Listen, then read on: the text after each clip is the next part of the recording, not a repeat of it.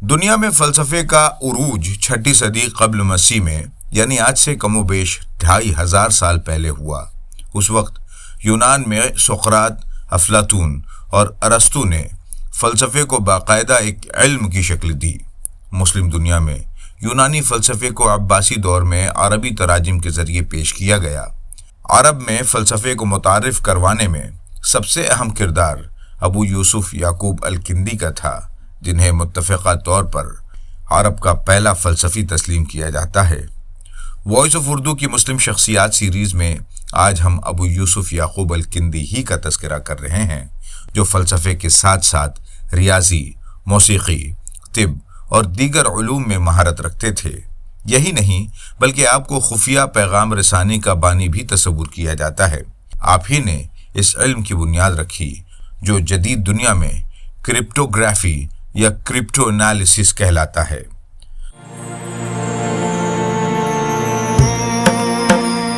مشہور صحابی رسول حضرت اشعث بن قیس رضی اللہ عنہ کی نسل سے تعلق رکھنے والے الکندی کی پیدائش 9ویں صدی کے آغاز میں ہوئی۔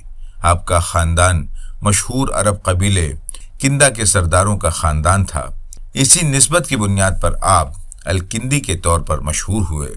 الکندی کے خاندان کا سیاسی، سماجی اور علمی مقام بہت بلند تھا۔ آپ کے والد اسحاق بن صباح الکندی عباسی حکومت میں کوفہ کے گورنر رہ چکے تھے۔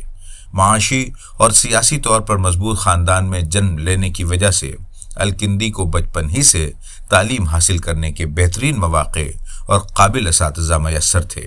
ان اساتذہ کی نگرانی میں الکندی نے ریاضی، طب، منطق، موسیقی اور فلسفہ کی تعلیم حاصل کی اور اس کے بعد یونانی علوم میں بھی دلچسپی دکھائی اور اپنی غیر معمولی ذہانت کی وجہ سے جلد ہی مشہور ہو گئے۔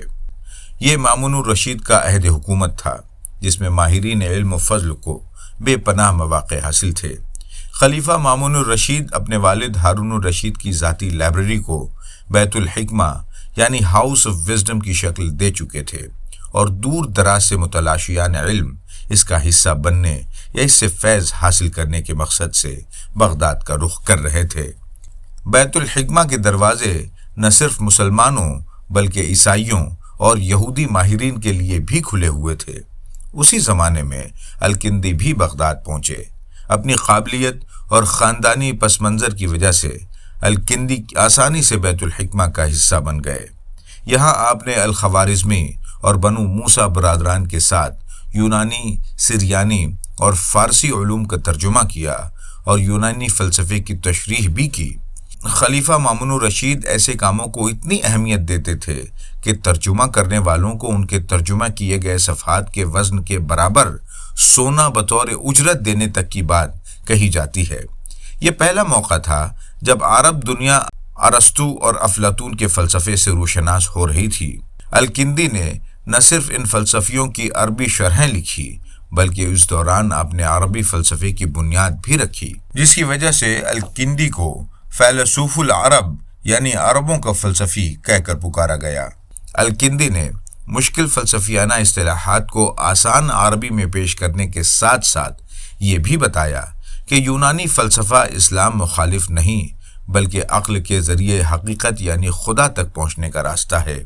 اس سلسلے میں آپ نے توحید، نبوت، روح اور تخلیق کائنات جیسے مضامین کو فلسفیانہ انداز میں بیان کرتے ہوئے اس کام کی بنیاد رکھی جسے بعد میں آنے والے مسلم فلاسفہ جیسے فارابی، ابن سینا اور ابن رشد نے آگے بڑھایا۔ الکندی علم ریاضی کو تمام علوم کی بنیاد بتاتے تھے۔ بیت الحکمہ میں ایک جانب الخوارزمی الجبرا کی بنیاد رکھ رہے تھے تو دوسری جانب الکندی کا خیال تھا کہ جو شخص ریاضی کا علم نہیں رکھتا اس کے لیے فلسفہ، سائنس اور کائنات کے نظام کو سمجھنا ممکن نہیں ہے۔ اس سلسلے میں آپ نے اقلیدس کی ہندسہ کی تشریح کی اور رسائل لکھتے ہوئے بتایا کہ کائنات کا نظام نمبرز اینڈ پروپورشنز پر قائم ہے۔ آپ نے عربوں میں ہندی عادات کے استعمال کو فروغ دینے کا بھی کام کیا۔ ترجمہ تحریک میں آپ نے علم ریاضی پر یونانی کتابوں کے ترجمے پر خصوصی توجہ دی۔ آپ نے سیاروں کی حرکت کو سمجھنے کے لیے ریاضیاتی ماڈلز بنائے اجرام فلکی کے درمیان فاصلوں کے موضوع پر ابتدائی بحث کی، جسے 10ویں صدی عیسوی میں البیرونی نے باقاعدہ ایک سائنس کی شکل میں پیش کیا۔ اسی طرح آپ نے روشنی اور نظر کو ہندسی خطوط کی مدد سے سمجھنے کی کوشش کی، اور 10ویں صدی میں ابن الحشم نے الکندی کے اسی ابتدائی کام کو مزید وسعت دی۔ الکندی کے زمانے میں موسیقی تفریح کا ذریعہ سمجھا جاتا تھا۔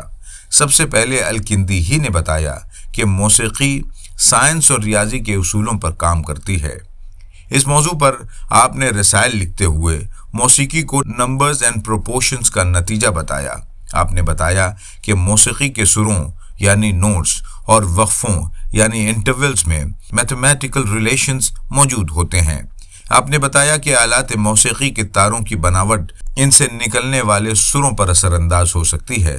آپ ہی نے بتایا کہ سر لہروں یعنی وائبریشنز کا نتیجہ ہوتے ہیں، اور موسیقی کے تاروں کی لمبائی اور موٹائی کو کم یا زیادہ کرتے ہوئے ان لہروں کو تبدیل کیا جا سکتا ہے۔ الکندی فلسفہ، ریاضی اور موسیقی کے ساتھ ساتھ طب کے میدان میں بھی مہارت رکھتے تھے۔ آپ کی طبی مہارت ایک زمانے تک دنیا کی نظروں سے اوجھل رہی۔ 17ویں یا 18ویں صدی میں الکندی کی کتاب خراب دین کا نادر مینوسکرپٹ سامنے آیا، جس سے معلوم ہوا کہ الکندی طب میں بھی مہارت رکھتے تھے۔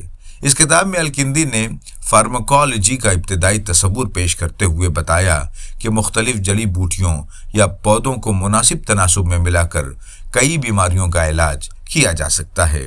الکندی نے اپنے بنیادی میتھمیٹیکل اپروچ کا طب میں بھی استعمال کیا اور اس کے نتائج بھی پیش کیے۔ اس کا اعتراف برطانوی مصنف کولن ڈرونن نے اپنی کتاب کیمبرج ہسٹری آف سائنس میں بھی کیا ہے۔ آپ نے بتایا کہ علاج کے لیے دی جانے والی دوا کی مقدار مریض کی عمر اور مزاج سے مناسبت رکھتی ہو تو بہتر نتائج حاصل کیے جا سکتے ہیں۔ الکندی کی خراب دین کو اسلامی دنیا کی سب سے پہلی میڈیکل فارمولری تسلیم کیا جاتا ہے۔ مختلف شعبوں میں بے پناہ مہارت رکھنے والے الکندی بنیادی طور پر عربوں کے فلسفی کے طور پر مشہور ہوئے۔ اس کی شہرت کی وجہ سے الکندی کی شخصیت کے بہت سے پہلو نظر انداز کر دیے گئے۔ آپ کو یہ جان کر حیرت ہوگی کہ فلسفے کے حوالے سے مشہور ہونے والے الکندی کو دنیا کا سب سے پہلا کرپٹو انالسٹ تسلیم کیا جاتا ہے۔ الکندی کی کتاب رسالہ فی استخراج المعمہ کو متفقہ طور پر دنیا کی ایسی سب سے قدیم کتاب کے طور پر تسلیم کیا جاتا ہے جس میں خفیہ پیغام نگاری یعنی سائفر اور اسے توڑنے یعنی کرپٹو انالیسس کا سائنسی طریقہ بیان کیا گیا ہے۔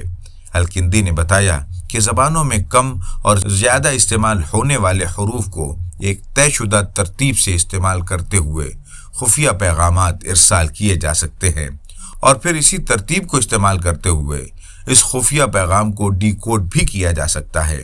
یہ وہ بنیادی کام ہے جس پر آج کی جدید کرپٹوگرافی بھی بڑی حد تک انحصار کرتی ہے۔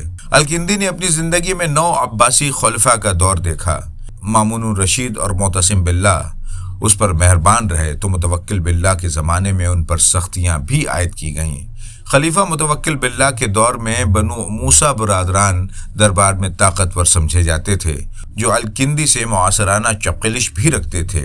ان کے زیر اثر المتوکل باللہ نے الکندی کو دربار سے الگ کر دیا اور ان کی ذاتی لائبریری کو بھی ضبط کر لیا۔ المتوکل باللہ کی سختی کی ایک وجہ یہ بھی بتائی جاتی ہے کہ متوکل عقلیت پسند یعنی ریشنلزم کا مخالف اور روایت پسندی کا حامی تھا، جبکہ الکندی عقلیت پر مبنی یونانی فلسفے پر یقین رکھتے تھے۔ بعد میں بغداد کے لیے آبی نہروں کے منصوبے میں مدد کرنے کے عوض الکندی کے ایک دوست نے الکندی کی لائبریری انہیں واپس کرنے کا مطالبہ کیا، جو خلیفہ نے منظور کر لیا۔ الکندی کو ان کی لائبریری واپس مل گئی، لیکن عباسی دربار میں وہ مقام دوبارہ حاصل نہیں ہو سکا جو مامون اور معتصم کے دور میں میسر تھا۔ بدلتے سیاسی و فکری رجحانات کی وجہ سے الکندی نے آخری عمر میں مکمل گوشہ نشینی اختیار کی اور علمی سرگرمیوں میں مشغول ہو گئے۔ آپ بغداد ہی میں موجود رہے، لیکن عوامی زندگی ترک کر دی تھی۔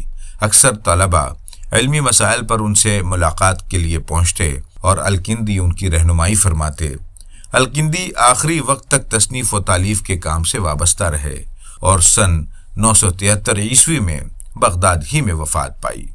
عباسی دور کے مشہور ببلیوگرافر اور مورخ ابن ندیم کی مشہور زمانہ کتاب الفہرست کے مطابق الکندی نے 260 سے زیادہ کتابیں اور رسائل لکھے تھے۔ یہ کتابیں فلسفہ، ریاضی، فلکیات، موسیقی، آپٹکس، کرپٹوگرافی اور منطق کے موضوعات پر لکھی گئی تھیں۔ ان میں سے اکثر کتابیں وقت کے ساتھ ضائع ہو گئیں اور آج چند ایک کتابیں تراجم کی شکل میں دستیاب ہیں۔ الکندی کی کتابیں ضائع ہونے کی وجہ یہ بھی ہو سکتی ہے کہ بعد کے ماہرین نے الکندی کے کاموں کو آگے بڑھایا، جس کی وجہ سے الکندی کی کتابیں بھلا دی گئیں۔